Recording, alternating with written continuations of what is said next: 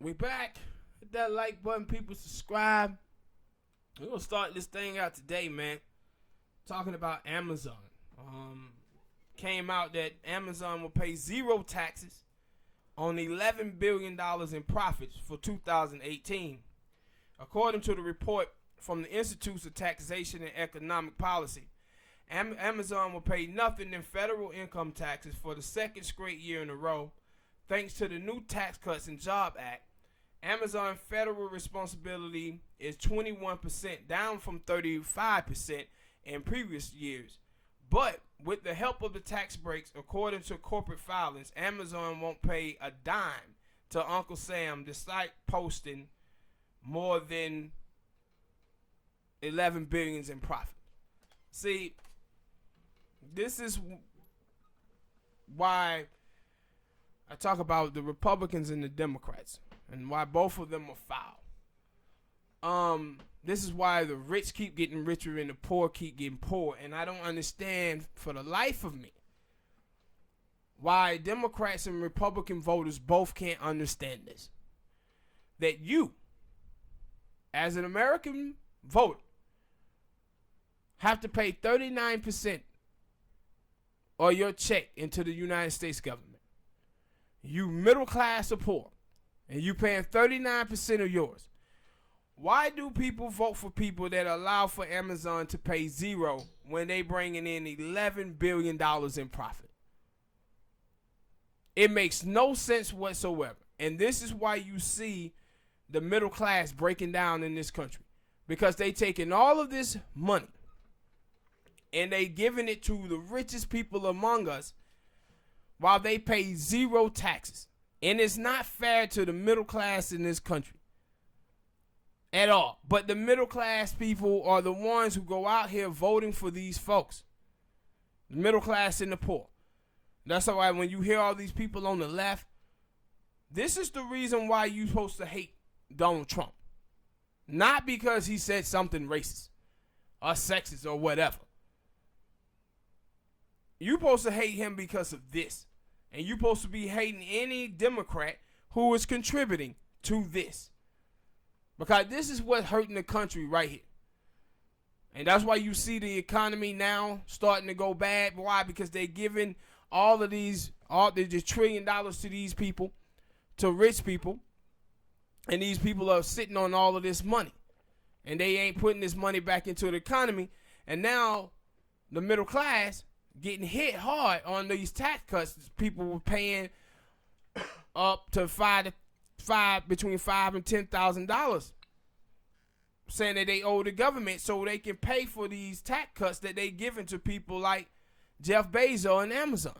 Now I don't really blame, Jeff Bezos for this, because he's just taking advantage of a system that the Democrats and Republicans have put in play. But you guys, the voters, how do y'all keep voting for this and then think this is cool and this is good, hurting yourself? Because this is hurting you as an American.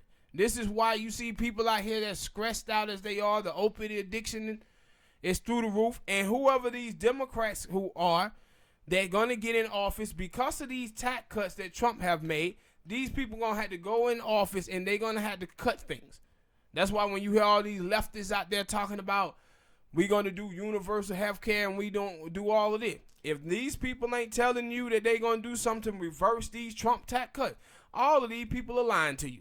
What you're going to see the next Democratic president be like, it's going to be like Bill Clinton. They're going to be in there cutting and slicing all these government programs, and then you're going to take all that money out of the hands of the middle class and the poor and giving it to the rich, and those people ain't going to be able to spend that money. Like I told you guys before, 894 Americans in this country has more money than the bottom 90%. Those 894 Americans who getting all of these tax cuts, it only 894 of them. They can't go out and spend that money. The middle class, though, is millions and millions of middle class people. Millions and millions of poor people. So if those people had that money, they have more money in their pocket to go out and spend to boost the economy up. But giving all of this money to these rich people, they just sitting there hoarding wealth. And that's why the country, every 6 to 9 years, the economy always crashes, because they always do these tax cuts, giving them to rich people, and they sitting there hoarding all that wealth. When you guys could have that money and be spending it and creating new jobs. That's why I said, you know, if you come up in the 80s or whatever, we had these department stores all over America. That's when we had a thriving middle class. Now all of those department stores are shutting down in America, filing for Chapter 11. And the reason why they are is because the middle class and the poor no longer have the money to be spending. So we killing off jobs. Rich people don't, these people don't create jobs, they kill them. Because you guys, because of y'all demand for the supplies, you guys are the one who create the jobs, not these rich assholes. When you guys have more money in your pocket to spend, then those people need new workers to push the supplies because of your demand. But when you give all this money just to 894 Americans and they get to hoard all of this wealth, it hurts all the rest of us in this country, the middle class and the poor. And we got to start holding these politicians accountable on these things, man, and stop voting out of tribalism and get down to real economic business in the United States of America. All right, people, hit that like button, subscribe. Next topic. Oh, Jesus. Malik Yoba. Malik Yoba came out and talk about his love of transgenders. Now, he had did this interview on Glad probably about 3 months ago, and he was kind of talking then. And he had that sugary look in his eye. You know?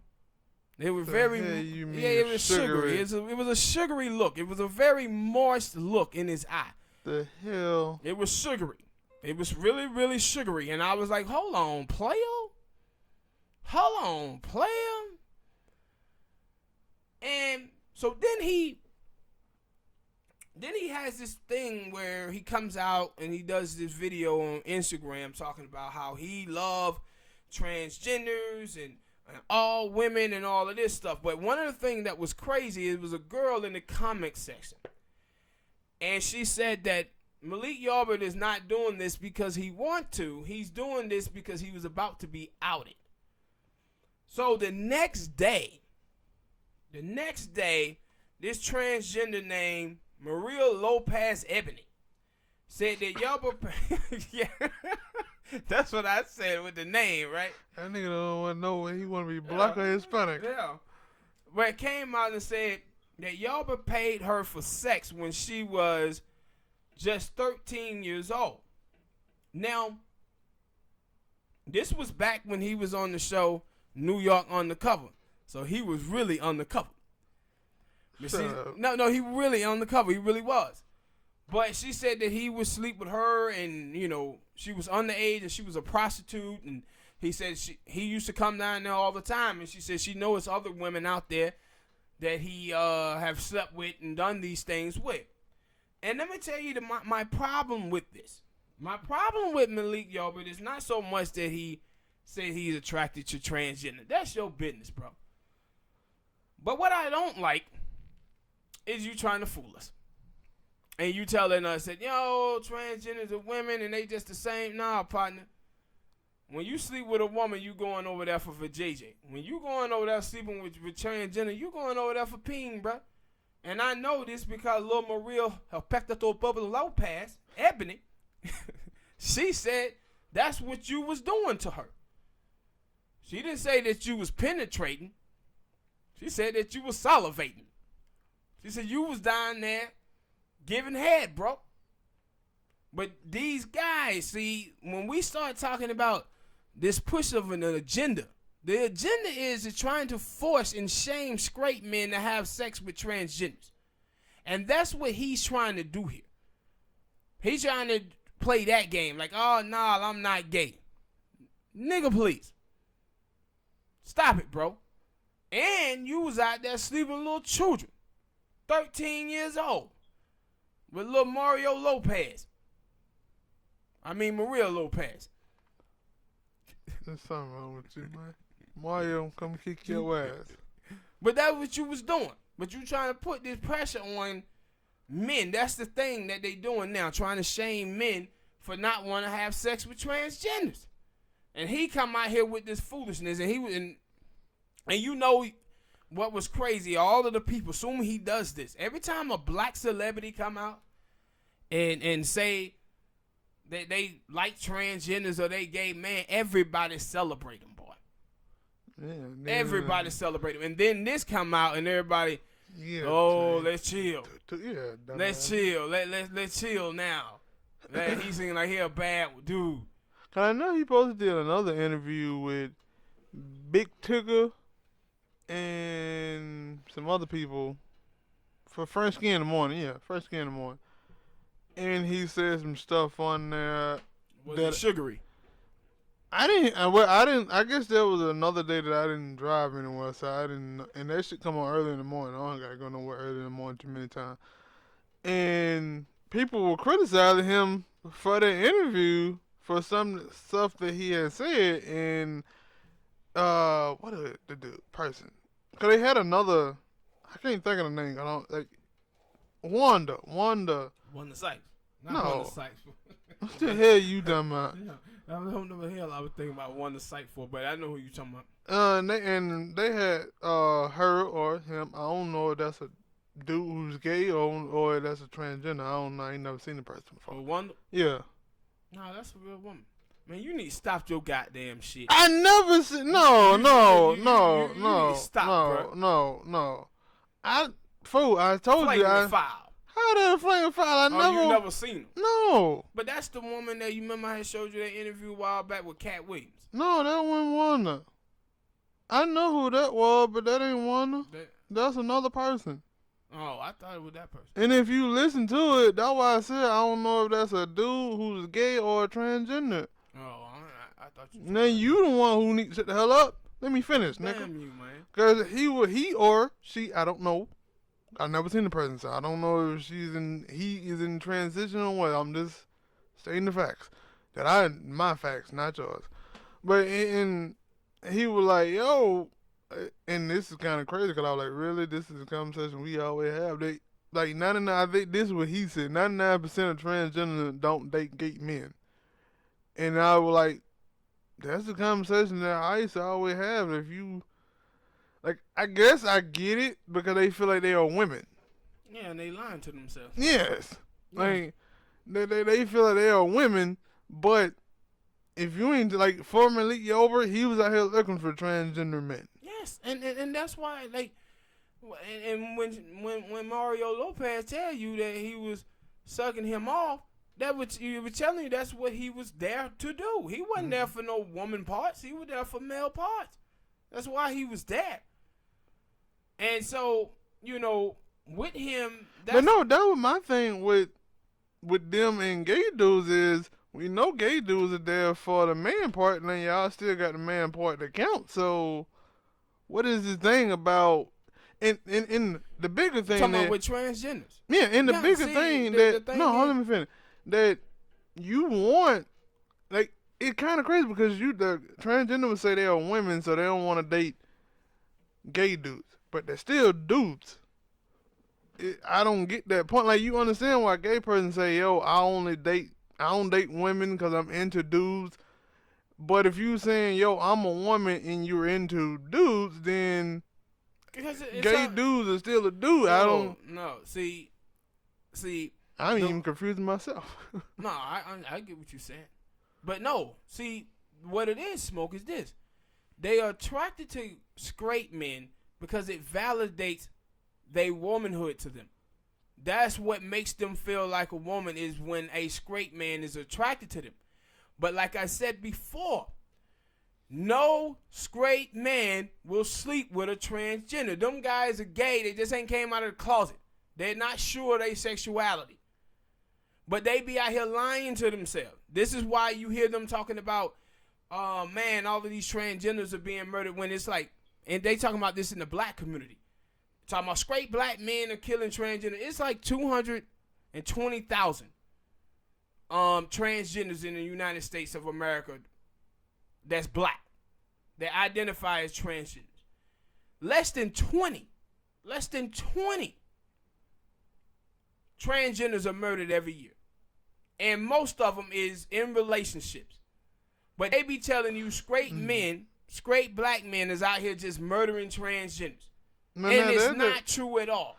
I said these people, just like women, be involved in street life, prostitution.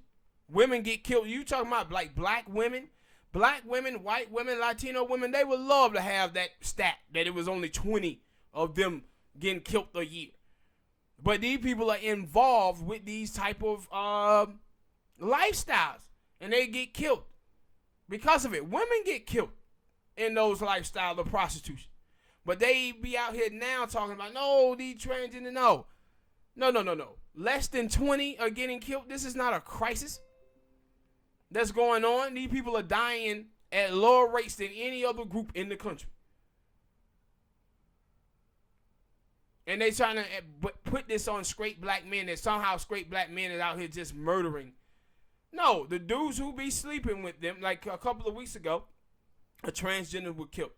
And they start peddling this straight black men trope. Come to find out that no, the dude was in a relationship with this transgender. He was an abusive dude, used to beat up. And some of the other people were clowning. They tried to say, oh, he committed suicide because those black dudes was clowning him. That ain't why he committed suicide. He committed suicide because the community had been telling that transgender that she needed to get away from that dude because he was abusive. He was going to end up killing her. So she broke it off with him, and then he committed suicide. But they was on there trying to blame straight black men for this. When, like I said, 220,000 black people identifying as transgender, less than 20 of them is dying.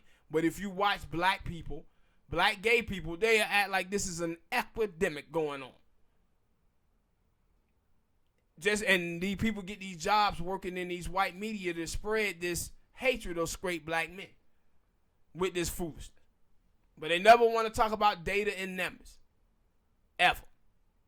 And he out here trying to push this same thing, knowing that push this agenda as well, but knowing he got this in his past with these young girls. Crazy, man. All right, people, hit that like button, subscribe. Next topic, I'm going to do a little quick thing here. Bernie Sanders supporters. Bernie Sanders supporters had this thing a couple weeks ago where one of the ADOS guys, he been going around and asking all of these politicians about where they stand on reparations. And all of them run from him. Like, all of them run from him. So, when you see all of these candidates running from this dude, then you know for a fact that some memos have been put out. And the Democratic establishment then told them don't be talking about this issue. This is another reason why you see the Democrats doing everything they can to try to keep some of these other candidates out of the race, putting in this 3% thing. And the reason why they do this is because they don't want these other people to be in there. They don't want Mariana Williamson in there talking about reparations. And they don't want Andrew Yang to be in there talking about his UBI, Universal Basic Income program. Democrats want the fight to be between Bernie Sanders, Joe Biden, Kamala Harris, and Elizabeth Warren. People who are part of the establishment, and then they don't care that Bernie's in there because they just don't believe Bernie could win. But Bernie Sanders supporters, though, they get triggered because this dude goes after Bernie Sanders. And so these people on Bernie Sanders' team start saying, oh, we thought he was going to pull out a weapon. Really? But you watch the video, and that's not what they thought at all. It ain't what they thought. But Bernie supporters start talking about that they believe that the ADOS movement is splitting up the left, and it will help Trump win. And I'm like, Ain't this the same thing that centrist Democrats were saying about Bernie supporters in 2016? When y'all was trying to hold Hillary Clinton accountable for her record and trying to see where she was on universal health care and those type of things, they said you guys were being divisive and y'all were going to cost Hillary Clinton the election. And now y'all saying the same thing about the ADOS group. See, this is the stuff, man, with these people in this country, man. I said, anytime that black people want to center themselves and not just be the murals for everybody, man, all of these people start exposing themselves for what they really are. They don't give a shit about no African American community. What they care about is you getting out there and supporting their candidates. And even when you try to, like in politics, you got a couple of things you can do. You can not vote. You can vote for a candidate, or you can push the centrist candidate farther to the left. So ADOS, that's what they're trying to do. They're trying to get these people down on reparations and see if they're going to be for it, if it's going to be something that they push. This is not for Bernie Sanders supporters to be trying to shoot this down. You cannot be a socialist and not be for reparations. It don't make any sense. But now you see Bernie supporters, and they always somewhere in their feelings bitter as hell because somebody challenged their candidate. No, every candidate in this race must be vetted. We ain't picking somebody to date one of your daughters. We picking a president here. Every candidate must be vetted. But now you see them out there using the same tactics against the ADOS people that you seen the Democrat use against them, the establishment. And it's straight up foolishness. They were like, nah. Like, we thought he was going to pull a weapon. The hell you didn't. All of y'all been running from that dude. You got countless videos of y'all running from him. No, some memos that been put out, bruh. And y'all trying to dodge this smoke that the ADOS movement is bringing towards you. Y'all feeling that heat and y'all don't want to come out on record to say you for this or not. But y'all gonna mess around and get yourself 4 more years of Trump. That's what you gonna do. All right, people, hit that like button, subscribe. Next topic. Rick Ross, man. Rick Ross came out that his 17-year-old daughter was pregnant. And Rick Ross was mad about this. And the reason why I wanted to ask you your thoughts on this is because of the black women that I was seeing. Or deny. Like, she basically did kind of try to deny that she was not pregnant, but then at the same time, she didn't really come out and say that. She was just basically like, yo, my dad and my mom. She was very cocky. Like, I can say that much. She is Rick Ross' daughter. She was very cocky. And like, you know, y'all already know I'm the princess, and I'm like, what? Yeah. Well, and because when I think for, you know, how you're his princess. I don't know you. Yeah, he had threw a party for her. Yeah, like a couple when she was 16, and it was a princess theme. Yeah, but my whole thing that I was like, man, look at all these sisters out here trying to defend being a single parent. Like, no, he's supposed to be angry that his daughter got pregnant at 17.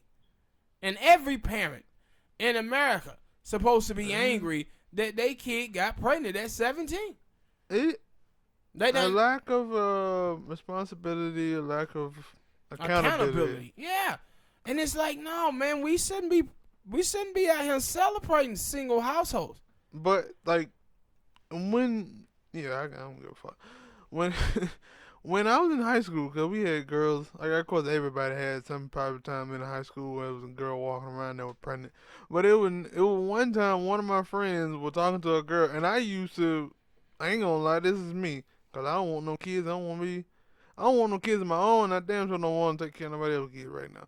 Especially at that time, I was still in high school. So, anytime it was a girl that I might have like, yeah, I hit that or I met with that, and she got pregnant, it was like, yeah, I talked to you, but we ain't, that's all we gonna get. Yes. And I used to talk to my friend and them, and I was like, yo, man, that girl that got a baby, why y'all still be over there acting like y'all gonna, knowing that you only over there for fun, but you ain't over there yes. to be stepdaddy. Yeah, and see, that's. And one of my friends, one day, he came up to her, he was talking to her, and they were talking, and he was like, yo, man, I still can't believe you your ass got pregnant.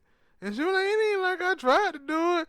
And he was like, yeah, it ain't like you tried to stop it either. Yeah. And it was like, yeah. And see, and this is my whole thing. This is why I don't like women celebrating single parent homes. Because the more kids you have, I don't know if y'all ladies know this or not, but men see that as baggage.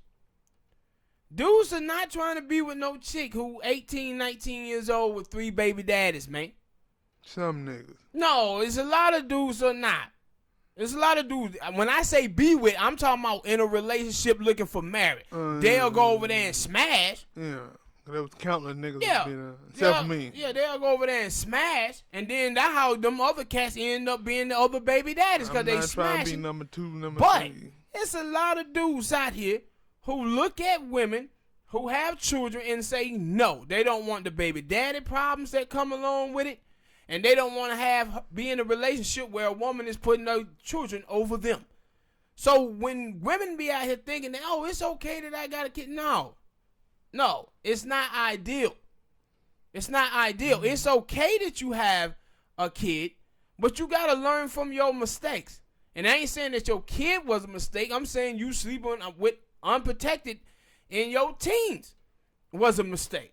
But you cannot be out here now trying to validate your poor behavior and feel that someone is attacking you and your child, because that's not what the person is doing. What that person is doing is saying, man, you have to understand how immature you are when you 17 years old. And you don't need, when you 17, you still living with your damn parents. Mm-hmm. Right? You one of those, yeah, you still living at home with your parents. Yeah, you pretty much still living with your parents. So that's why it's not good. And I just see too many young ladies out there will celebrate this and then going there. They say, why is Rick Ross bad? He's supposed to be happy. He didn't say he wasn't happy to have, a kid. He's saying, yo, man, I wish my daughter didn't get pregnant at 17. And it's a lot of women who are older, who are in their 30s and 40s, and if they could have went back and not got pregnant in their teens, they wouldn't have. But this is not ideal for you to be out here poking out your chest like this is something good, like this is something okay, because it's not at all. It ain't all right. All right, people, hit that like button, subscribe. Next topic, the Harriet Tubman movie, man. The reviews are coming in, and they're not good, people. Roman Screen is a movie critic place. Twitter feed said, though I'm glad that I've now seen the buyout about the great historical figure Harriet Tubman, I am unfortunately saddened by it. It said Harriet Tubman film was generic, badly written, and boring. Another movie review came in, said the Harriet Tubman movie is uninspired, madly pedestrian, and a dull film. Say it's Oscar bait done wrong. Say it's tragic that Harriet Tubman life is reduced to such a mundane and forgettable film. See, the other person came out and said that Harriet Tubman takes a soft approach to the subject of racism and downplaying the monstrosities and the suffering of slavery.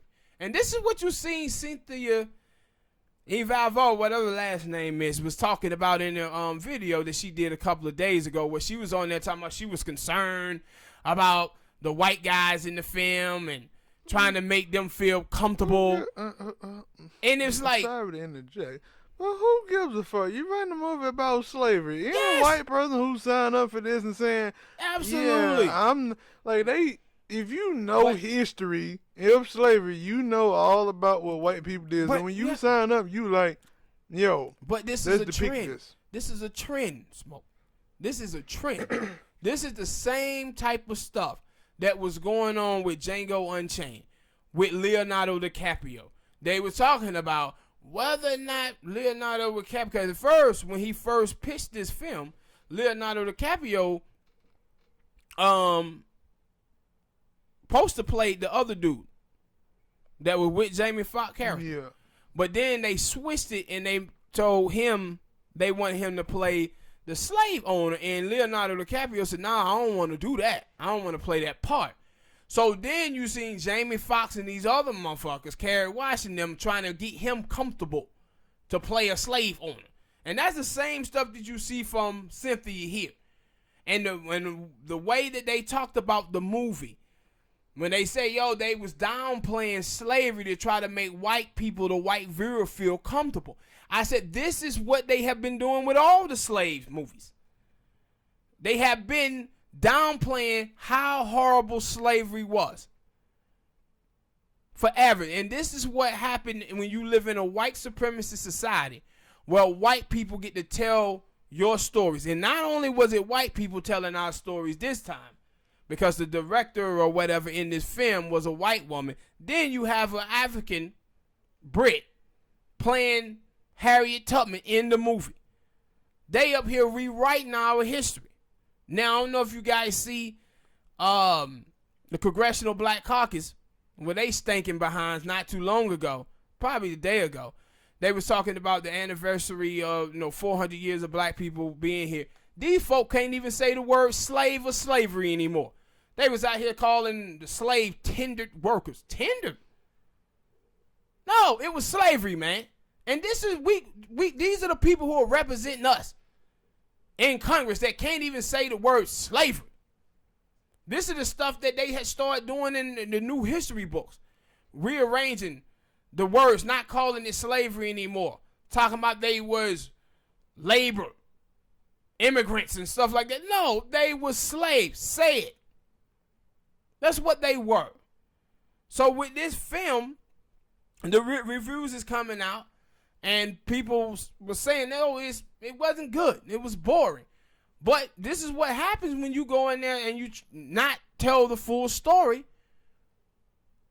and don't have black people telling their story, because if you have African Americans in there, African Americans are going to tell how bad slavery was and how terrible it was. But you ain't finna get that from no Cynthia Erivo, or you ain't finna get that from this white director, because they don't know nothing about that. They don't come from that lineage. And that's why they should have never been doing that film in the first place. All right, people.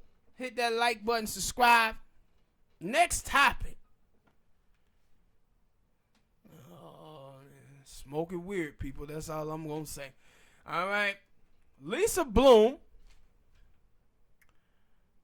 It have come out that Lisa Bloom was doing what we had said she was doing. It said Lisa Bloom led efforts to help Harvey Weinstein get away with this murder. Not murder, but them rapes. Said in the new memo, Lisa Bloom pitched a plan to have Harvey Weinstein and to discredit Rose McGowan and other accusers. She said we can place an article with her becoming increasingly unglued so that when someone Google her, this is what pops up, and she'll be discredited. Lisa Bloom led efforts to help Harvey Weinstein come after those women. She secretly raised $700,000 from Hillary Clinton supporters to try to coax women to add a new allegation against Donald Trump. Said Lisa Bloom was set to publish info to cast accusers, like actually judge them as unreliable and mentally unstable. Now, one of the things about Lisa Bloom is an opportunist. And I've been know this about her, and you guys probably know about her mom, Gloria Allred, but she just like her mom. Back when black people were first doing the Black Lives Matter stuff, Lisa Bloom was all on MSNBC, bruh, talking so pro-black stuff on MSNBC. And then she wrote a book about it too, to eat off of those dead bodies of those black dudes. But then she comes right back with the Cosby stuff and the R. Kelly stuff. And she started putting them on blast. And when she was doing that, I said, yo, it's funny to me that we got 3 black dudes, prominent black dudes. Michael Jackson, who been dead for 10 years. Bill Cosby, dude almost 80-something years old. And then R. Kelly. Like, none of these stories with these guys was in the media. Like, even now, the charges that they talking about bringing against R. Kelly, it's like 20 years old. And like I said, R. Kelly, yeah, he deserved to go to jail for what he did to those women. If Bill Cosby, I don't even know about Bill Cosby because he was never convicted of rape. He was convicted of some other things. But Bill, with Michael Jackson, though, if you ever watch that trial, you know that Michael Jackson didn't do nothing to them damn boys. That all of it was bullshit. But at the time, I said, yo, they are using R. Kelly and they using dumb black feminist women out here to shift the attention away from these white men. It was almost 50 or 60 of them. In the music industry, Hollywood, news media, everywhere. Actually, I don't hear too much about Russell Simmons that much. Oh, you didn't hear nothing about Russell Simmons because the women who he was raping were white. So black women didn't give a damn about that. Same way you didn't hear about Nelly because that chick was Latino. So black women didn't give a shit about those women. But I thought Nelly, they had came out and said Nelly was innocent on that. It was him. No, because the girl said she wasn't going to testify. She wasn't going to go through it no more because they wouldn't. Yeah, it was him and Christopher Brown. Yeah. But Chris Brown's thing where the girl was lying. Like, she just straight up lied. They had it on videotape. But with Nelly, the girl didn't want to go through with it because it didn't get any news attention. And the police were giving her the shift around, she was saying. But they was focusing, doing all of this stuff. Lisa Bloom was to keep the heat off of Harvey Weinstein. And you know the thing is about Harvey Weinstein. When they say she raised $700,000 from Hillary Clinton supporter. Thing is, people don't ever talk about is how close Hillary Clinton was with Harvey Weinstein. In the WikiLeaks, when the WikiLeaks leaked, Harvey Weinstein was in there attacking Erica Gardner, telling Hillary Clinton that they need to do something to get rid of Erica Gardner because she was out there. She was a Bernie Sanders supporter. So this is the type of person that Harvey Weinstein was, and this is the kind of person Hillary Clinton was, that they was out there plotting behind the scenes to try to do something about Erica Gardner. And Hillary, she was raising $700,000 from Hillary Clinton supporter to help Hillary Clinton friend Harvey Weinstein to try to get away with these rapes. But what was she doing with Cosby, though?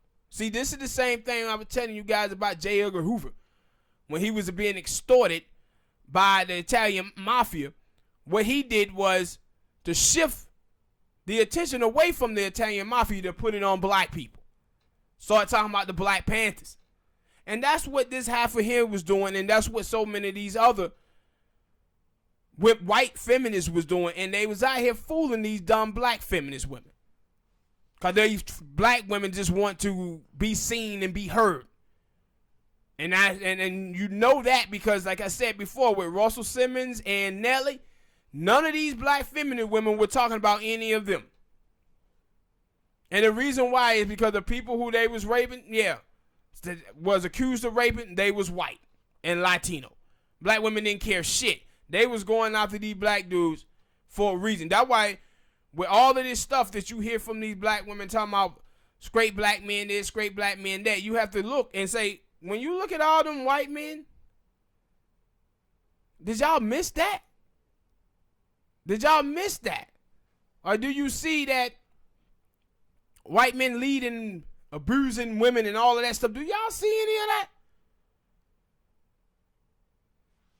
Or you just keep talking about black men. Black men did this, black men did that.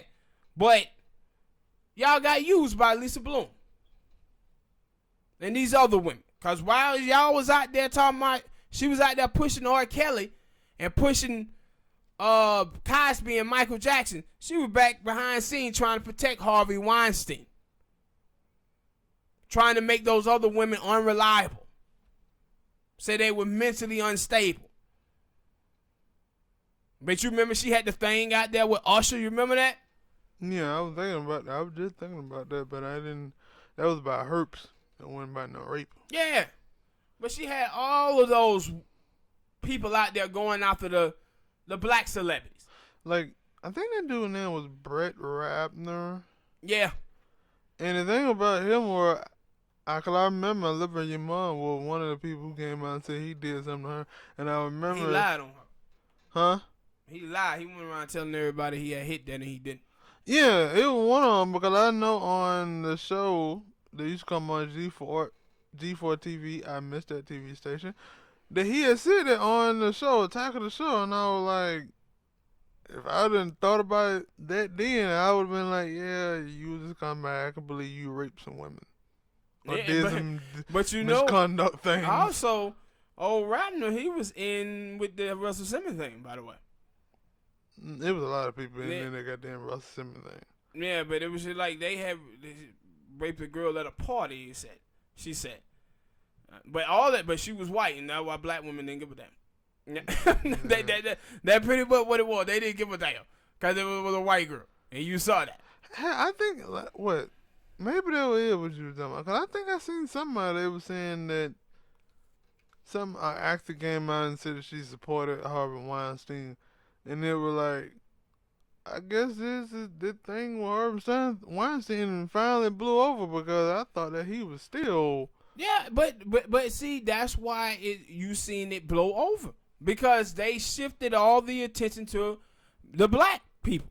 The 3 black people, and they were covering it up for all the 60, 70 white people. Like you seen Tom Brokaw. Tom Brokaw back on TV out there being racist against Mexicans. I didn't know he put that. Yeah. And then now you look at old Harper. Who? Harper, and you'd be over there on NSNBC. Mark Harper. Mark Harper now is doing a new political book. All the Democratic candidates, all the people in the mainstream media have interviewed him to do this book. I thought we were staying away from these people. Because y'all said I can't listen to R. Kelly. I shouldn't listen to Michael Jackson. I got to cancel Mike.